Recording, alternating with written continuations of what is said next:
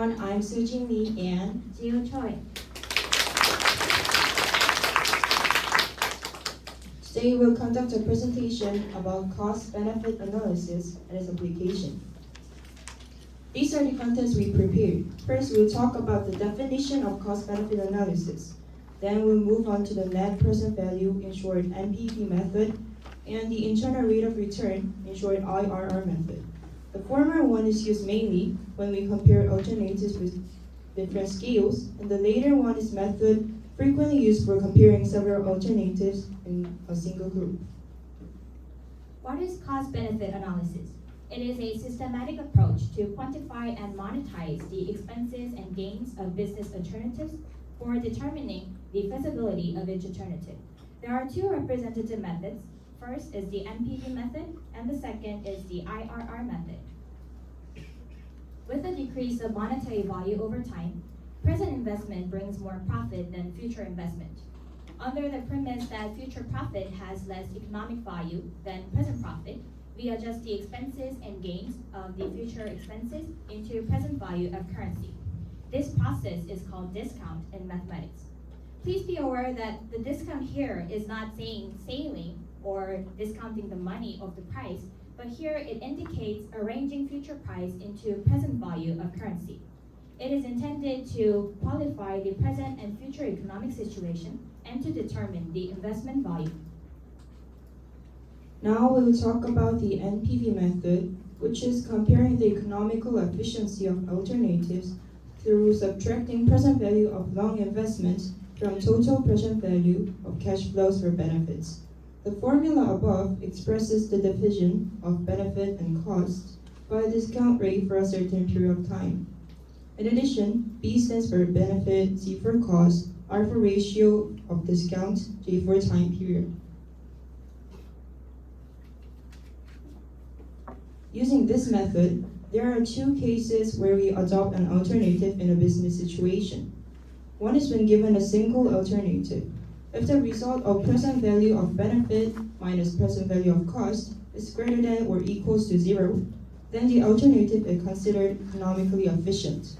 In other words, the alternative has investment value.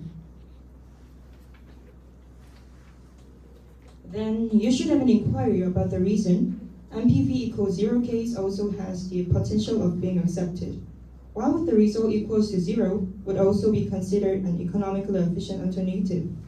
That's because a lot of workforce and commodities are required for operating a business, and therefore positive economic effects, including employment effect and consumption of raw materials, are created.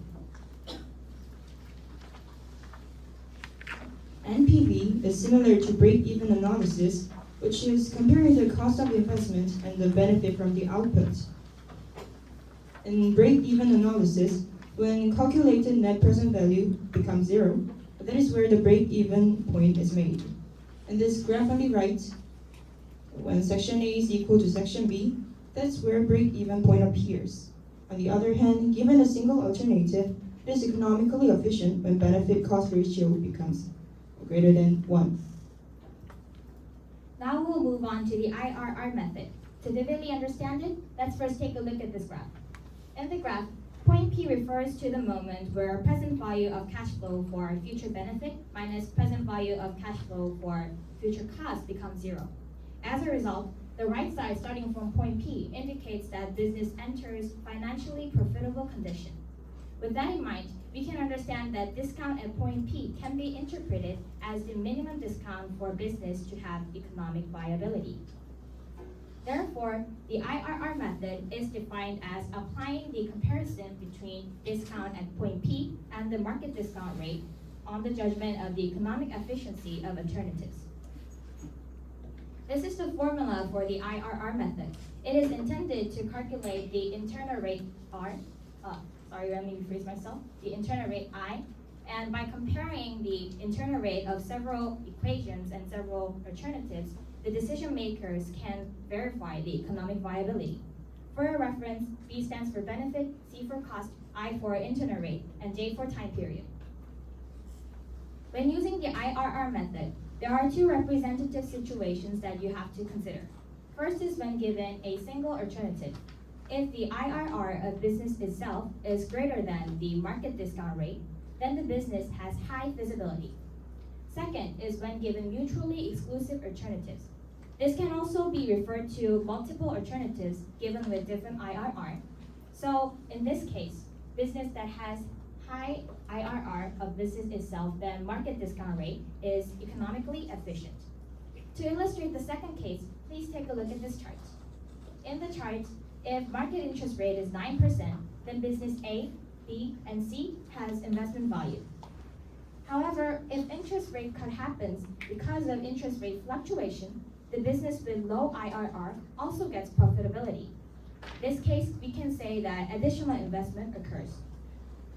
So if market interest rate drops to 6%, for example, then business D also has the investment value.